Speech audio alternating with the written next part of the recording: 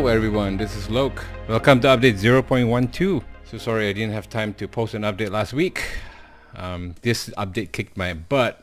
I was trying to implement a new way for you to use the tool. So right now it is very first person oriented, right? So you move around like a first person shooter, fly down, you drop stuff that you want onto the floor by pressing the quick shortcut buttons and so forth. So this is how the tools have been operating.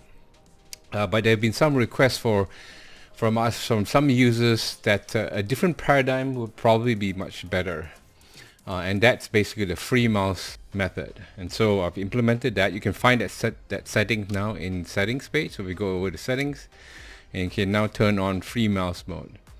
The moment you turn this feature on, what happens then is when you move your mouse, it actually moves an actual mouse and not your mouse look, if you like, right? You can still use WASD to move around, but you cannot pan and look around. And if you want to do that, you can just hold your right mouse button, hold it down, and then move around. And this is back to your traditional first-person shooter view.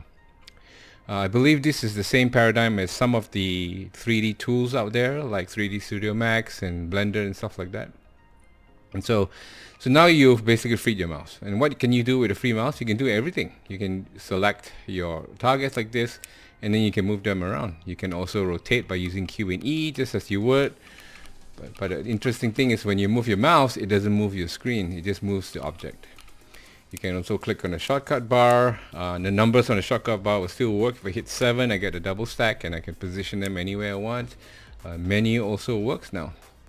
And so because this is a completely new paradigm, it took me a while to make sure that everything works in both free mouse mode and traditional FPS mode.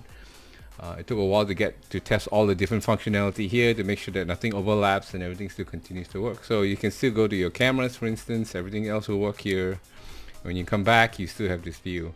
So what's really interesting then is now you can have a stationary camera like this, and you can drop objects wherever you want. You can drop walls, position the walls. You can still clone, so same thing. You know, things like that. And if you want to move around, right click and you just move around. So a simple change, but it really took a lot of re-engineering and recoding to get this to work. So I hope you all enjoy this feature. Also for this update, I have a bunch of new props. First one is a simplified berms with new colors. And so there were a bunch of requests that, you know, right now if you hit escape, you go over to base, you can turn on enable additional base and select basic base, which will give you SketchUp like base, right? Like something like that.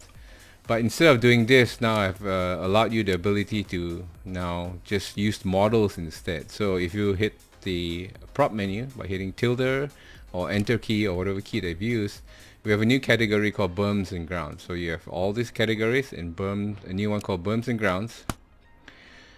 And so in here you have different simplified berms. So things like this. So basically a piece of the SketchUp berms, if you like, in various different textures. So now instead of using that, you can just drop this wherever you want. You can clone it and move it around. And you can build your own base like this if you want. And whoop, things very fast like that. All right. I mean, you can do a better job, but at least now you have this functionality. You also have a sand texture. Let me go up higher here. You have the dark grass texture. You have the light grass texture. You also have the mud texture, the light mud texture, and then gravel and light gravel. So yeah, so now you have lots of options to build your different stages. I hope you'll like them. I've also introduced a few more ground textures, I believe. I think some of these are new, like sand ground. I believe the second grass ground is also new. So hope you'll like that as well. There was also a request by somebody on Facebook for a concrete slab for the Six Sawyer Experience Center. I believe that was what he was mentioning. So it's an indoor range with a very specific size concrete slab floor that they use. So now if you go over the props, there's this new one here called concrete slab. Let me fly over here. And so it looks something like that. I believe I got the color right and got the color and texture right.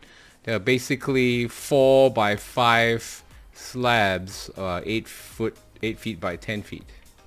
And so hopefully that is what you're looking for. So apart from that, there are a lot more other changes. Lower the height of the player so you can shoot through the ports in the walls. I've also have an option here for you to turn off ambient sound settings here.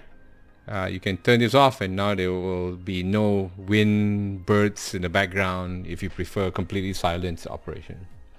All the changes are in the release notes if you want to find out more. If you want to give me feedback, you can hit escape and go over to file feedback here, or the best way to give feedback is to join our Discord server. The link to the Discord server is in the YouTube description below. I'd like to take the opportunity to thank our Patreon subscribers. Thank you so much for believing and supporting the cause. If you like to support us as we continue to improve the tool so that we can give a powerful and simple tool to anybody who wishes to build stage designs, I would appreciate your support. So that's it for this week. There will be no updates next week as I'll be going off for a work trip. I'll see you all back in 2 weeks then.